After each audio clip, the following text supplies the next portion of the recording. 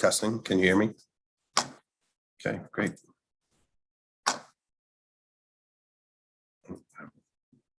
Move my electric bus.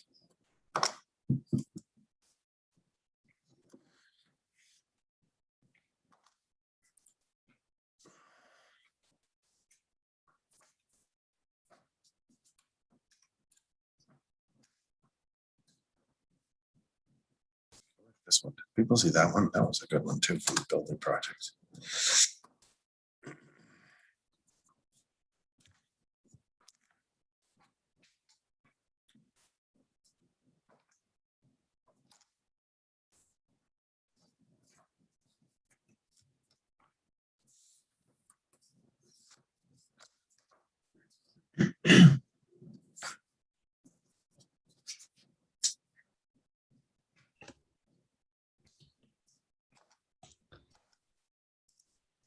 Just waiting. We're just waiting on Sarah. Oh, there she is. Cool. There we go.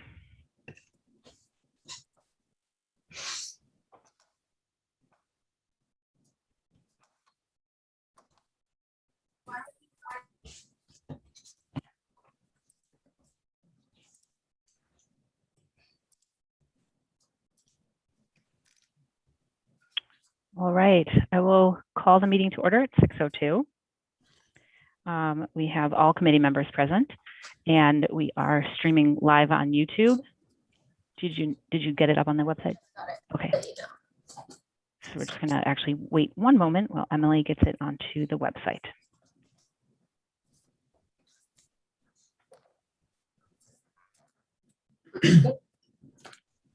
All right, great. We are now also up on the school committee website, streaming live.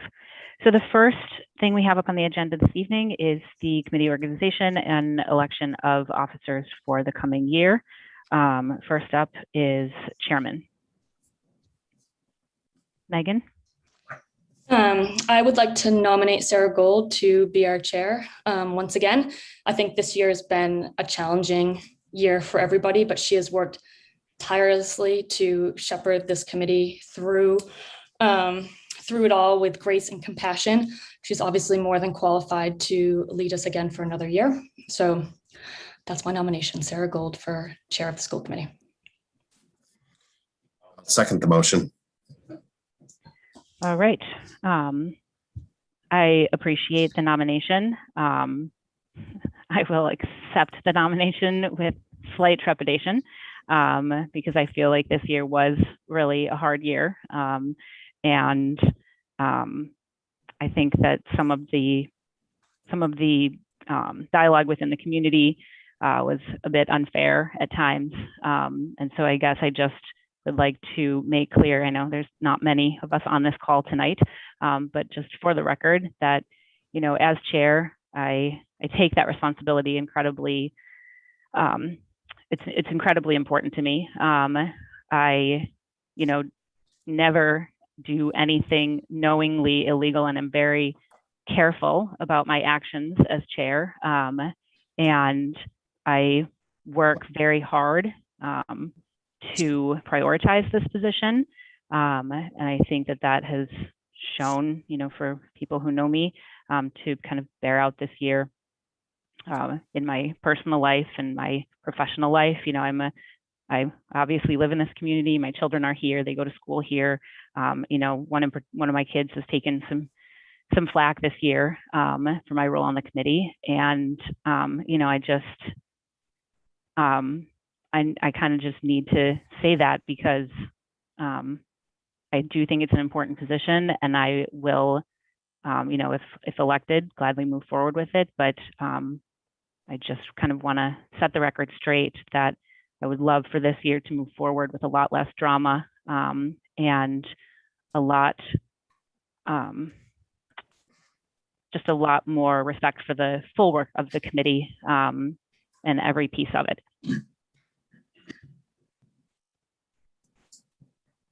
So we've got a motion and seconded. Megan Taylor? Yes. David Harris? Yes. Emily Barron? Yes. And Sarah Fox? Abstain. Sarah Gold? Yes. So that passes. Thank you, guys. 4-0-1. Vice Chairman is next.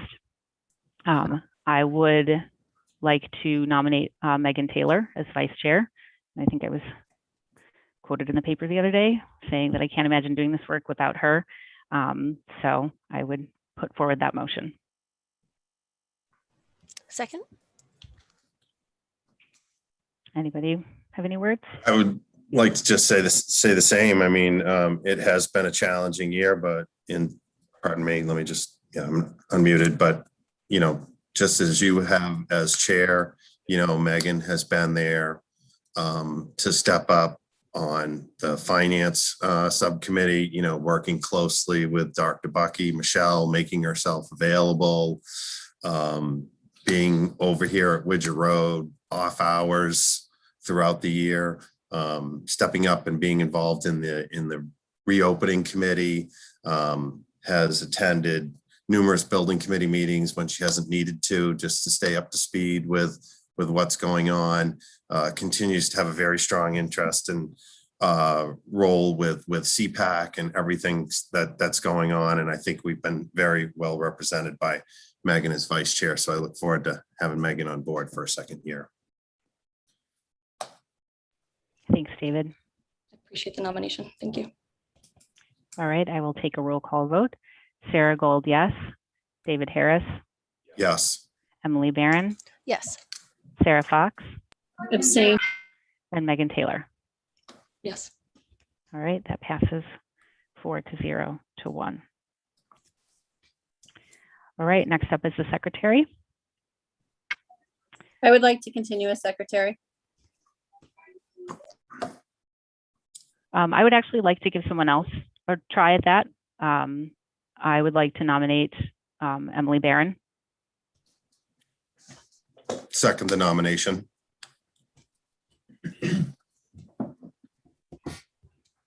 Anybody have any words?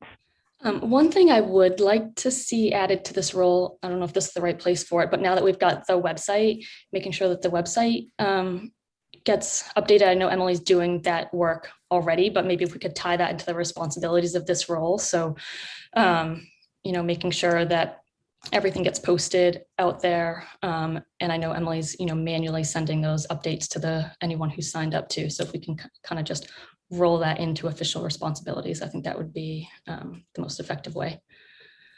Yeah, I completely agree with that. All right, I will roll call vote. Sarah Gold, yes. Megan Taylor, Yes. David Harris, Yes. Sarah Fox, No. Emily Barron. Yes. That passes 4-1.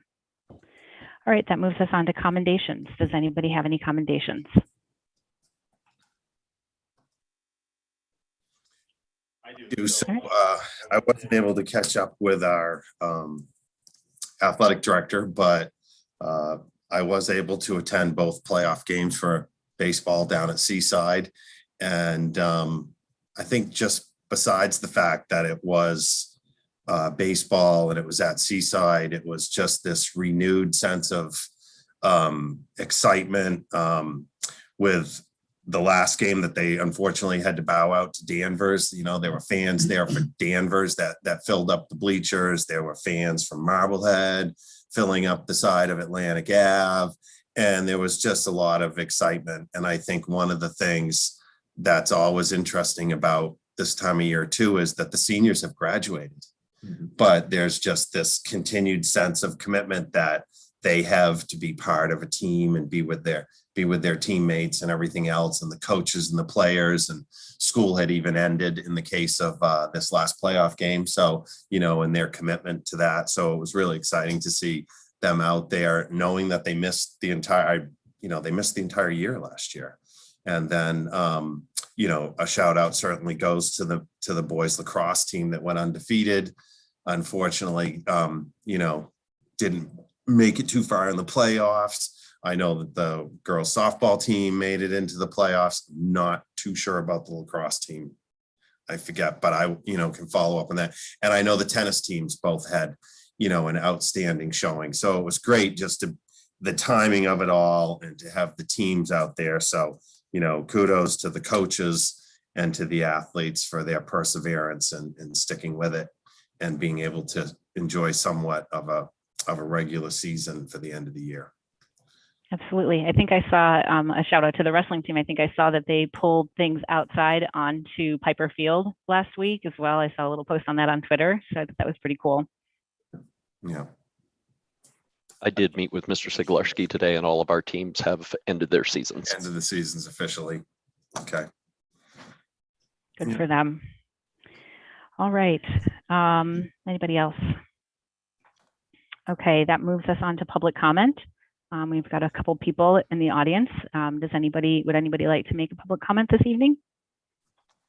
Okay, Cindy Tower Lowen. I will just ask you to state your name and address for the record.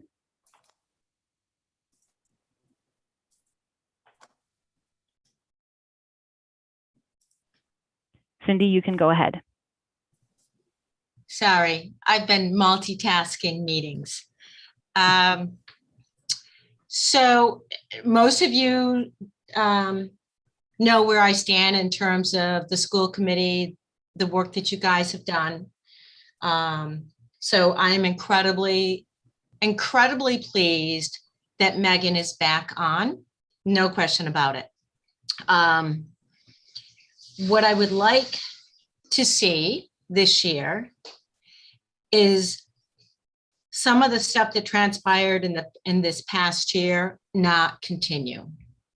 And when I say that, I am not asking everybody to have the same opinion. I am not asking everybody to vote the same way. I'm asking for constructive dialogue without pitting one against another, without being divisive, and without having noise in the community. And I say that because this past year has been incredibly difficult. And all I can say is, sitting here, so many of us have been blessed that we came through the pandemic, whether it was good, bad, ugly, we came through it, and we're still coming through it. And so doing the work that I do, listening to what goes on in Boston in the school district, Marblehead is so much better off. And I think we should take that and run with it. And I think we should take it and actually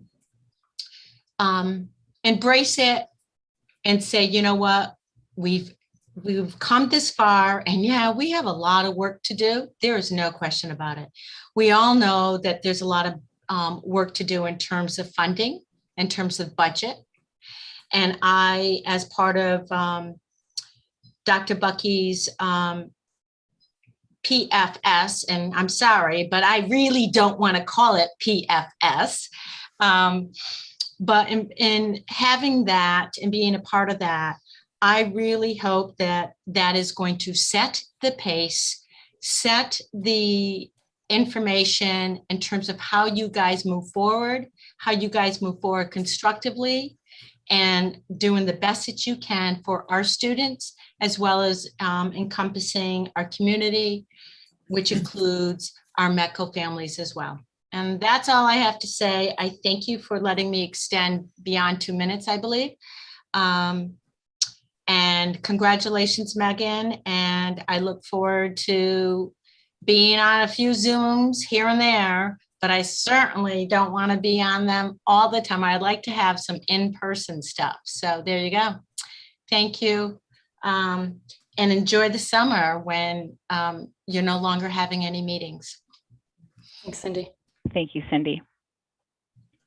All right, I don't see anybody else's hands up, so I will move us on to our next section. And first up is a review of the policy EBCFA face coverings. Last meeting, however long ago that was, John had said that there was updated guidance from DESE. Our previous vote on this policy was to allow John to make changes until we could officially vote them, as long as his changes were in line with what DESE was recommending. So he did that. And John, I'm just going to ask you, you wrote us a memo, but can you just, fill in what your recommendation is?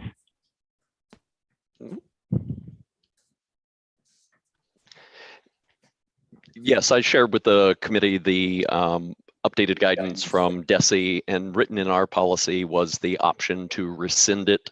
And so my recommendation is that, given that DESI is recommending but not requiring face masks for summer school, and it looks like there won't be any face masks required in the fall, although they reserve the option to update their guidance again, that rather than continually updating this, that we rescind it until such time as you feel the need to put it back in place.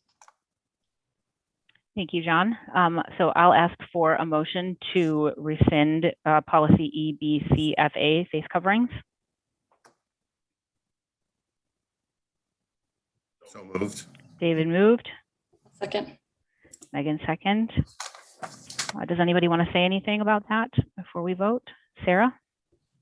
So I was confused too by some of the guidance came out, because when you read the synopsis of the DESI, it says, that in the fall, the summer they weren't needed, and in the fall to anticipate not needing them, regardless of distancing and vaccinations and things like that. But then the memo also references that we'd be following CDC and DESI guidance, and so the policy is in direct contradiction to the CDC guidance. So the CDC guidance is very clear that for unvaccinated persons, it's still 6 feet and masked. So that's where I just was unclear that we say in one line we're following CDC, but in the next line, we literally aren't following CDC. So I felt like we either need to not say we're following it or follow it. I would say that's very astute, Sarah, and the superintendent's listserv exploded when this came out, because they're saying exactly what you're saying, that it's contradictory information, and we're not citing the CDC, we're doing Mass Public Health and DESI. And so my recommendation to rescind is based on those two. And have we had any pushback whatsoever from anyone for not following the CDC, whether it be parents, students, the union, or other employees? We have not. I do hear regularly from the anti-mask group, and they're very passionate about no masks, but I have not heard from the other side. Yeah, I think that this is a good idea. I think it doesn't make a lot of sense to continue to monitor and tweak a policy that isn't necessary anymore, and that doesn't really, kids can wear them if they want to, or their parents want them to. So, and again, DESI is reserving the right to kind of weigh in again and change their guidance, at which point, we can go back and look at this policy and look at what then MASC is obviously recommending at that point in time. But I think it makes sense at this point to me to move forward with Dr. Bucky's recommendation. And John, did you touch base at all with John Foskett just to see if there's any legal ramifications for not following CDC guidance? Because it's guidance, it's not a mandate. So I would think that there's not, but I just want to make sure that you've checked in with John Foskett. I have. Yep. Okay. Great. Anybody else? All right. So I will take a roll call vote. Sarah Gold, yes. Megan Taylor. Yes. Emily Barron. Yes. Sarah Fox. Yes. And David Harris. Absolutely, yes. All right. That passes 5-0. And I think we're all going to cross our fingers that we don't need to bring it back. Okay. Are there any subcommittee or liaison updates? I'm not sure that anybody has actually met since our last meeting. No, but do you have an idea when we'll be doing the subcommittee reorganization? I know last year it was decided that we'd go back to the practice previously used to doing it at our retreat. Yeah, so that's what we'll do. And then I think our retreat days to pick them is in 2 agenda items. So we'll pick those maybe that retreat day. And then that'll definitely be on the agenda. Anybody else? All right, David, do you have any building project updates?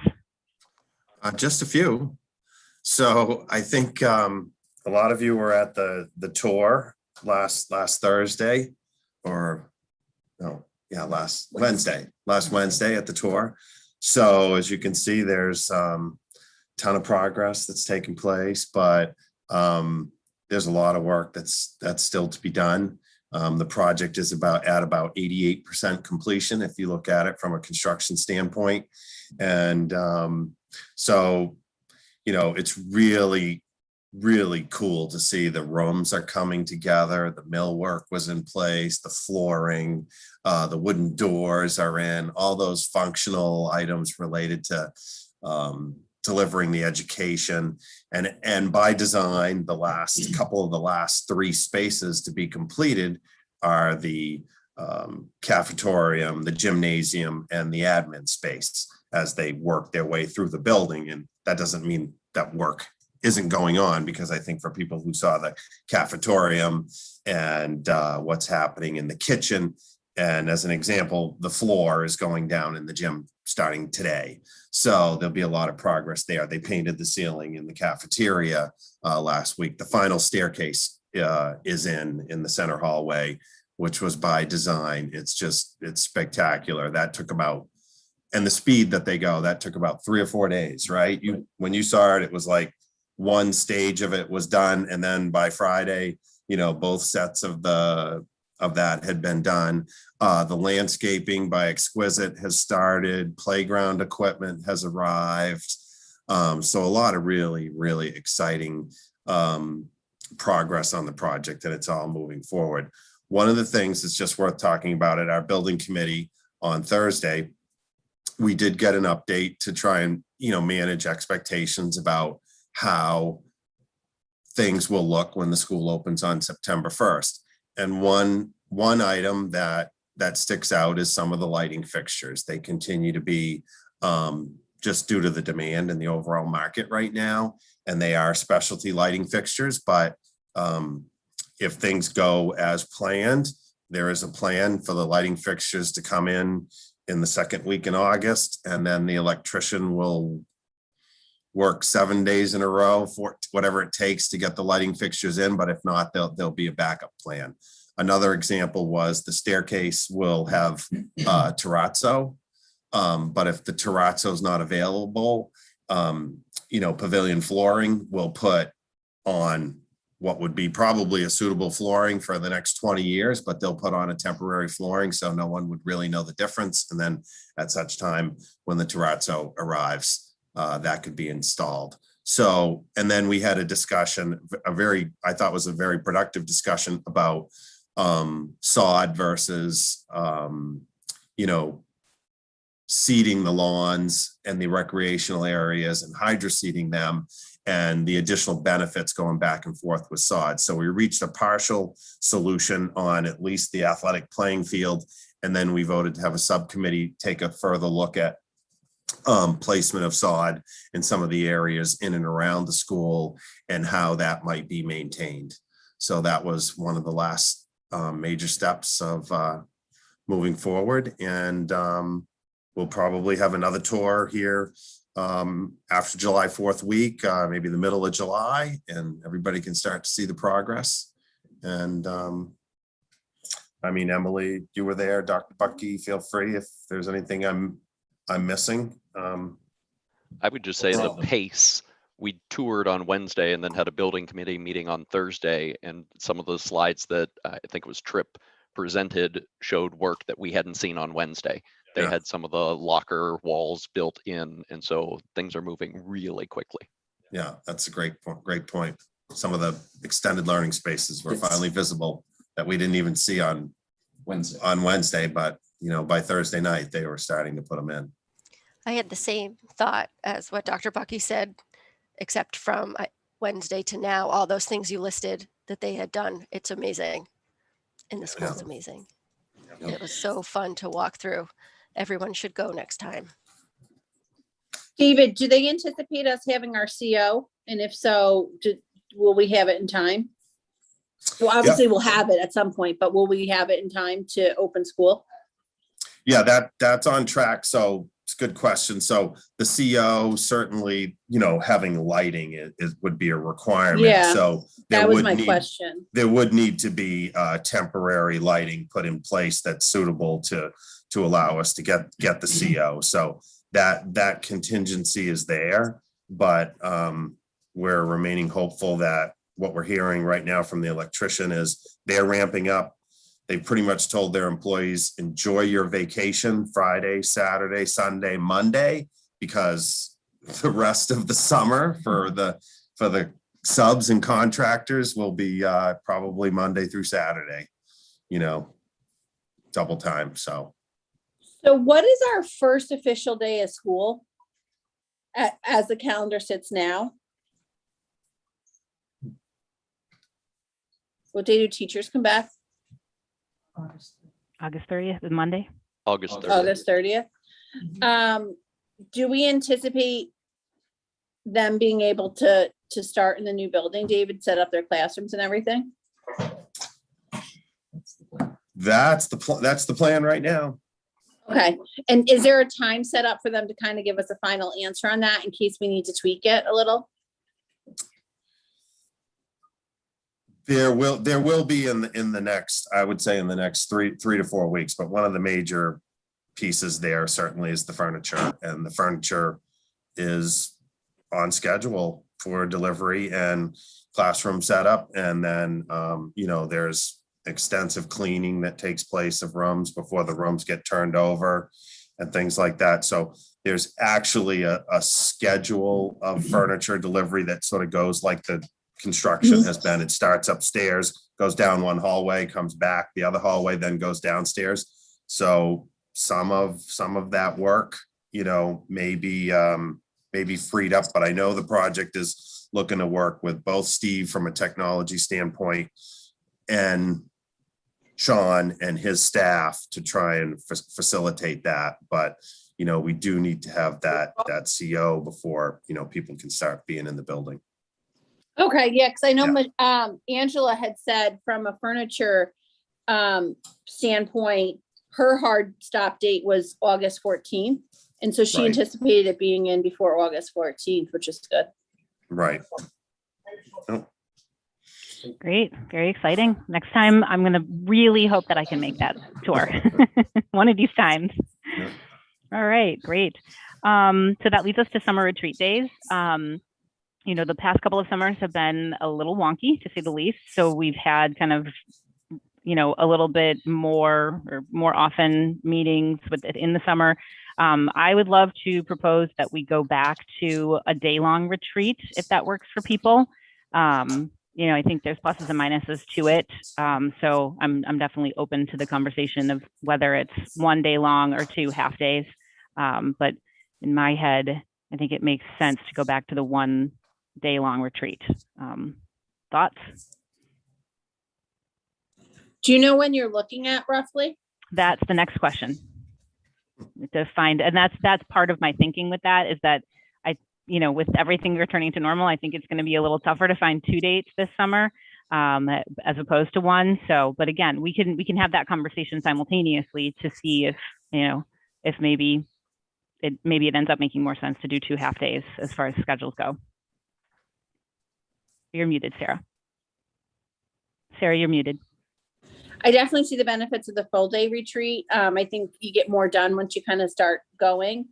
I do ask that if I can't zoom in, that it be in somewhere like the high school gym where there's a lot of open, like very open space, if you will, and we can open doors and things like that because of my particular situation.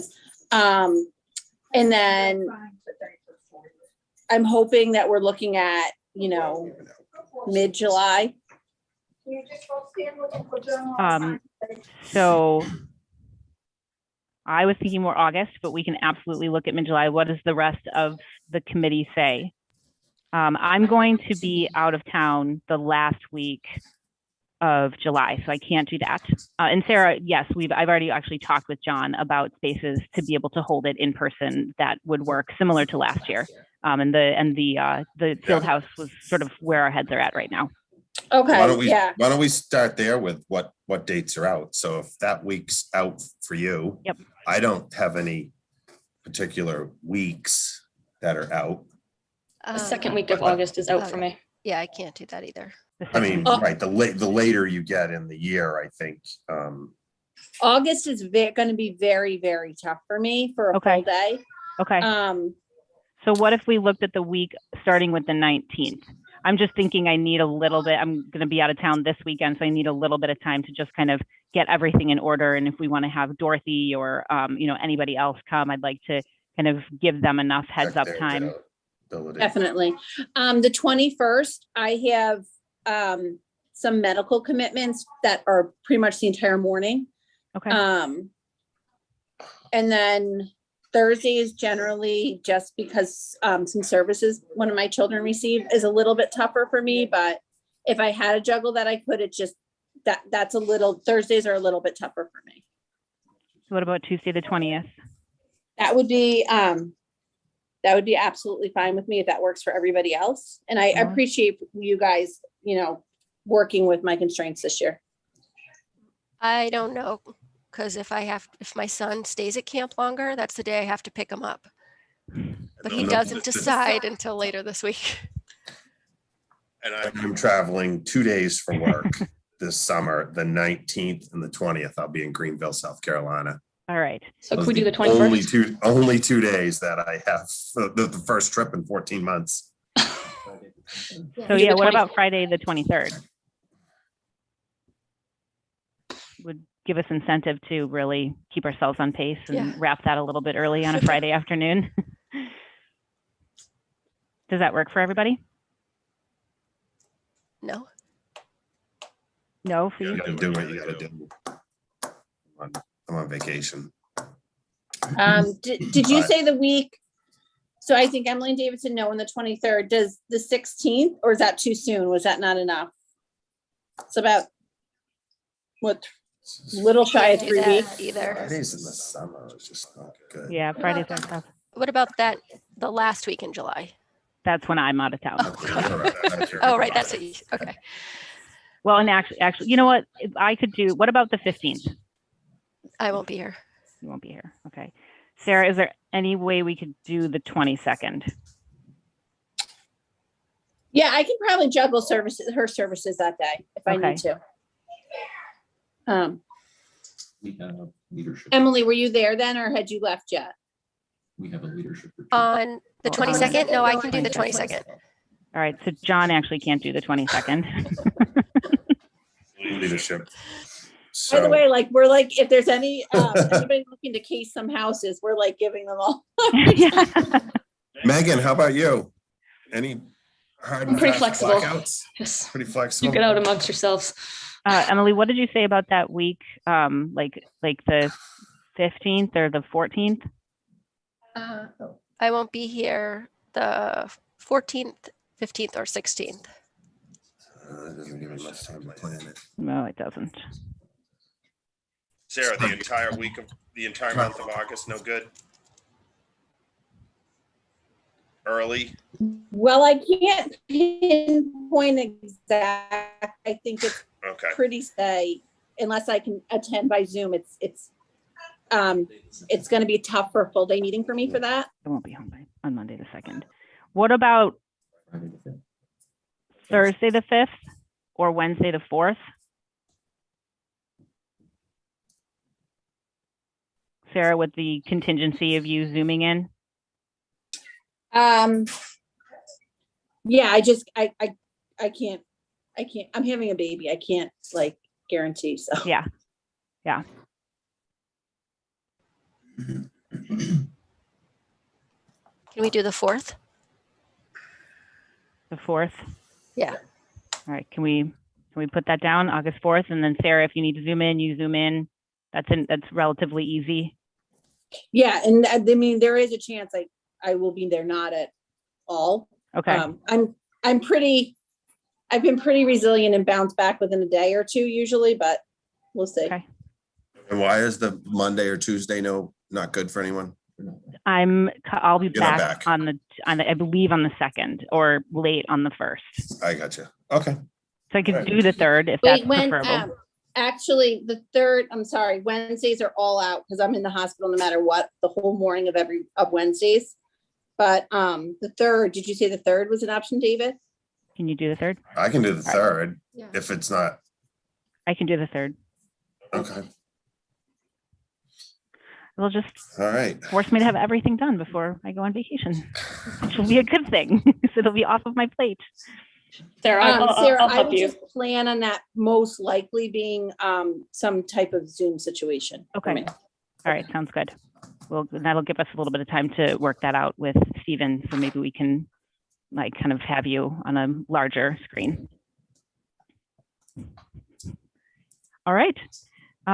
Superintendent's report that, oh, and I just wanted to say for the retreat, Lisa's been working on a lot of minutes. So what we're going to do is it is perfectly acceptable to start posting draft minutes before, and so long as they say the draft on it. So we're going to start to post the draft minutes, and then there will be a whole bunch of minutes to approve at the summer retreat. Okay, just wanted to put that out there. All right. And then, Sarah, for the retreat, is there an appetite for us all to kind of look at what the different offerings Dorothy has? Because I know we usually do 1 or 2, and kind of send in if there's anything in particular we all are looking that we think will be a real good value add. Yeah, absolutely. If you want to send me that, or I can just reach out to Dorothy and ask her for some options that she has. Yeah, I think it's great to ask her first. I think she knows has a good pulse of where we're at with a lot of stuff. So that might be good. All right, I'll do that. Great. All right, so that now leads us on to John, your report, and we've got a couple of contracts to vote this evening. This is the easiest superintendent's update because all we have are the two, the clerk's contract and the cafeteria contract, which have both been ratified by both groups, and they just need your final stamp of approval. So, does anybody have any questions on either of those?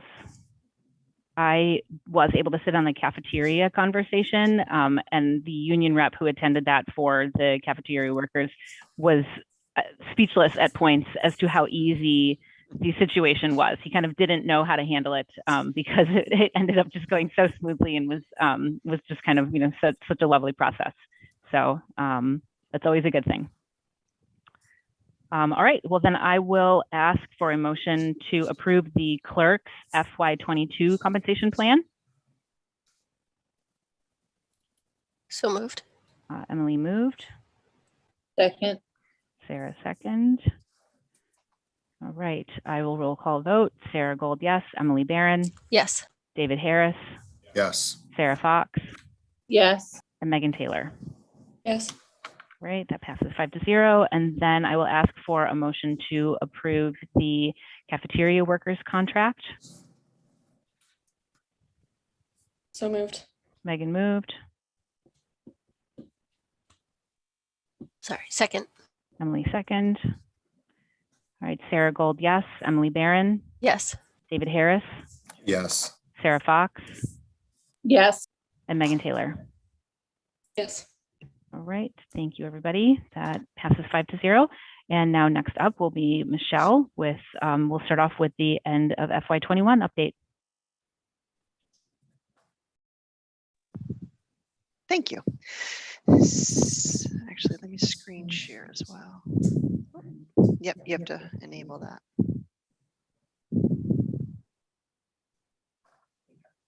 Thank you. Okay, so the most recent financial report that is in your packets today is as of June 18th, which is just a little over a week ago. And at that point, we had spent $38,934,537, or 96% of the operating budget. We still have 2 remaining payrolls to post. And we are processing many invoices, just making sure we wrap up the year and capture all the invoices and costs that we've incurred this year. As expected, we will end the year with some areas that are over budget and some areas that are under budget. As identified previously, we have a surplus in system-wide substitutes of about roughly 120,000. Legal counsel, we also have a surplus of almost 45,000. We do not have the June bills paid yet, but it will be definitely a surplus and not in a deficit balance that we have been in the past year or so. In a couple areas that we are running a shortfall. Unemployment expenses, which we've talked about. Currently, the deficit is just under 28,000, and our custodian overtime is almost 38,000. And both of those areas will have additional charges to finish out the year. The reason we're able to absorb a lot of these costs is because a lot of our staffing positions were not filled throughout the year, and it's not for a lack of trying. Certainly we tried to fill these positions, but at any time we had a handful of positions vacant, such as the substitutes, the paras, the tutors, even some teachers, but we always made do. And we also had the bus driver positions, which were vacant the entire year, and we are still desperately seeking bus drivers. So anyone who wants to get their CDL license, who wants to be a bus driver, I would love to have a conversation with you. And I also wanted to note that in the detailed report, there are many salary lines, and I know we've talked about this in a previous meeting, that they're all over the place. You'll see highs in some accounts, lows in other accounts, and we had planned on cleaning all of those up this year. Unfortunately, the time constraints, we were just not able to do that. So the next month or so, I will be making lots of adjustment, moving salaries around to where they actually need to be reported, because when we submit our year-end report to DESE, we need to make sure we're reporting in the proper buckets. So I will be doing some cleanup, and we will also have that cleanup done before we start reporting on FY22. So it's actually a really good opportunity to make this final cleanup happen, and not in the middle of COVID crisis. So hopefully that worst is behind us there. But speaking of COVID, I also have a COVID funding report. If I can get to that here. So we have our most recent COVID funding that we have finally received an initial award on. We still need to do the official grant application, which is going to be a little lengthy this time. But basically, we have been allotted a total of $3,172,200 for COVID funds. This is made up of 7 buckets of funds, as you can see on the bottom of this report. One was our operating budget. The second was a state coronavirus prevention fund. The third was the coronavirus relief fund, where the town had allocated $1 million to us of their total share. We then had the CVRF grant, and we had 3 ESSER grants, ESSER 1, 2, and 3. So ESSER 3 is the most recent one that we just received the amount of roughly about 6 weeks ago, and that is in the amount of $796,075. So the most of our funds we have spent so far. We have paid $1,850,000. We have encumbered another $324,000, just waiting for the bills to come in. And we have additional available of $997,000, which this is coming from part of the ESSER 2 grant and all of the ESSER 3 grant. So really, we need to spend some time and determine what we are going to spend these funds on. There is a mandate that we spend at least 20% of the ESSER 3 grant on mitigating learning loss. So we are looking at programs to institute in our system and see how we can do that. But it is a minimum of 20%, but there's no maximum. We could spend the entire grant on that if we so choose. So we're going to spend some time this summer working with our leadership team and figuring out how to best allocate those remaining funds. It should be noted that these 2 remaining grants do not expire until September 23 and September of 24. So we certainly have a little bit of time on our hands. There's no rush against the clock that we're not going to lose these funds, but we do want to make sure we're spending them in the best manner possible. So that's about it with COVID. You know, these things are starting to slow down. Our facilities needs are not as frequent or as dire as they were. We had addressed a lot of issues and addressed a lot of COVID issues with these funds, and we were very grateful that we had these funds. In addition, I should mention that this does not include the American Recovery Act that the town is receiving. We would be in discussions with the town to see how we can partner on some projects, but this does not include any of the American Recovery Funds. And I think that's about it for the financial report, unless someone has any questions. Thank you, Michelle. Sarah Fox, do you have questions?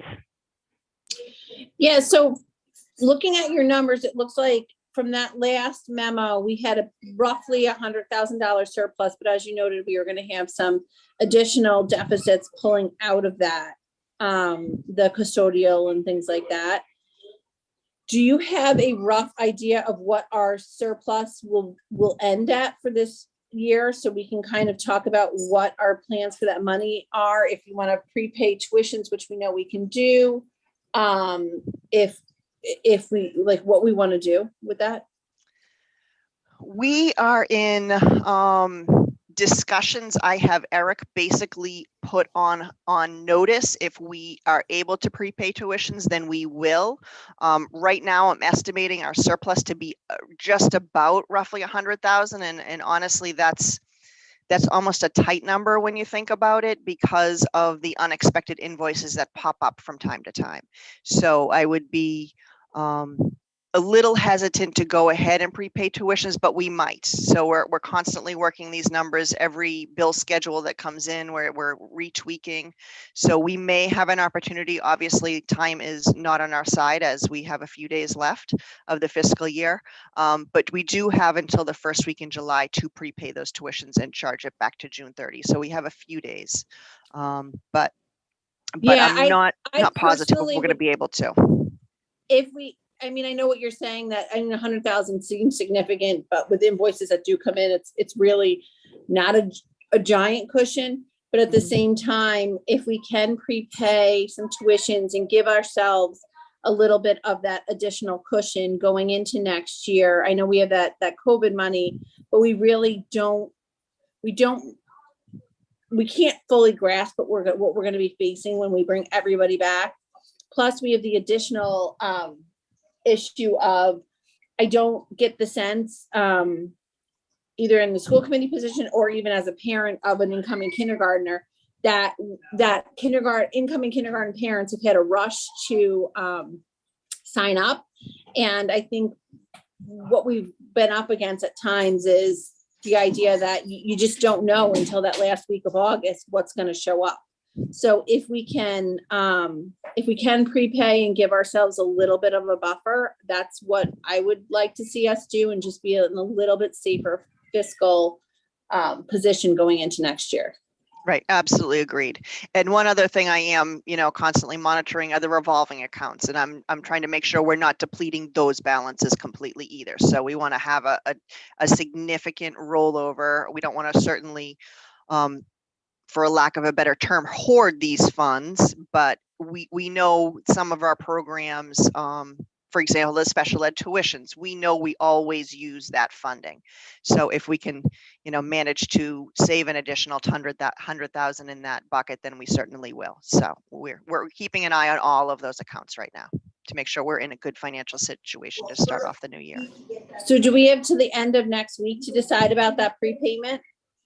Yes, and like I said, I have Eric already in touch with a school or two, and we are ready to pull that trigger if we have to, or if we're able to, rather, not have to. Okay, and then with the closeout of the school year and the end of IEP meetings, are there any more anticipated additions to that out of district or move-ins or anything like that, or are we still stable there? We're still stable. There was one significant change, not huge. There was a settlement agreement that it was approximately $60,000 that we are anticipating taking out of this operating budget. So we will be paying that rather than pushing that settlement agreement into the next fiscal year. So things like that we can address, we are.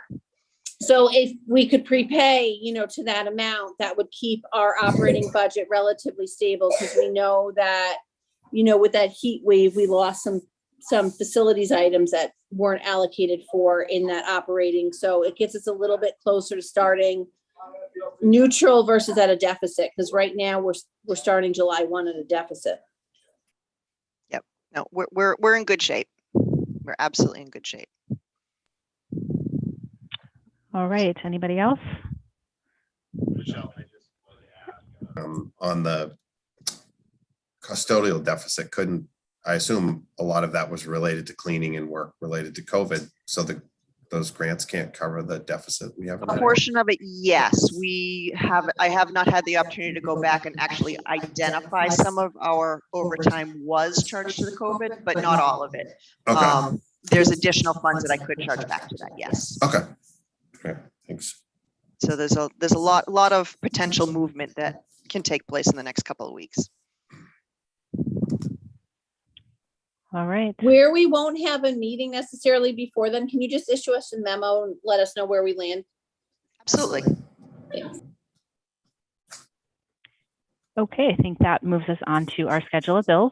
We had a schedule in the Dropbox, and as well as Michelle was on top of it and emailed it to us yesterday. So can I get a motion to approve the identified schedule of bills totaling $587,831.70? So moved. Sarah moved. Second. Megan second. Any questions on any of those? Yeah, David, we just approved a big schedule last Thursday. Clearly that number's not included in this because it would be a lot bigger. Is it just the normal lag time on that, or? Yes, that schedule was put together over this weekend and has not been reviewed by Sarah yet. All right, perfect, thanks. I just knew if it was included, we were short a few million. All right, roll call vote. Sarah Gold, yes. Emily Barron, Yes. Megan Taylor, Yes. David Harris, Yes. and Sarah Fox. Yes. All right, that motion passes 5-0. Okay, so that leads us into our final part of the meeting, which is an executive session. So I will ask, and this says it at the end of the motion, but just for the public, we will have no intent of returning to public session after this is done. So can I get a motion to meet in executive session pursuant to Massachusetts General Laws, Chapter 30A, Section 21A, for purpose 2, to conduct strategy sessions and preparations for negotiation with non-union personnel, i.e. the Director of Finance and the Superintendent, or to conduct collective bargaining sessions and contract negotiations with non-union personnel, i.e. the Director of Finance and the Superintendent. Again, there will be no intention of returning to public session. So moved. Sarah Fox moved. I'll second. Megan second. All right, Sarah Gold, yes. Emily Barron, Yes. Sarah Fox, Yes. David Harris, Yes. and Megan Taylor. Yes. All right, so that moves us into executive session. So I will ask everyone who is not the committee and Dr. Bucky and Michelle Crust to please leave the meeting. Oh, John Foskett, you're able to stay too. And bye, Chris.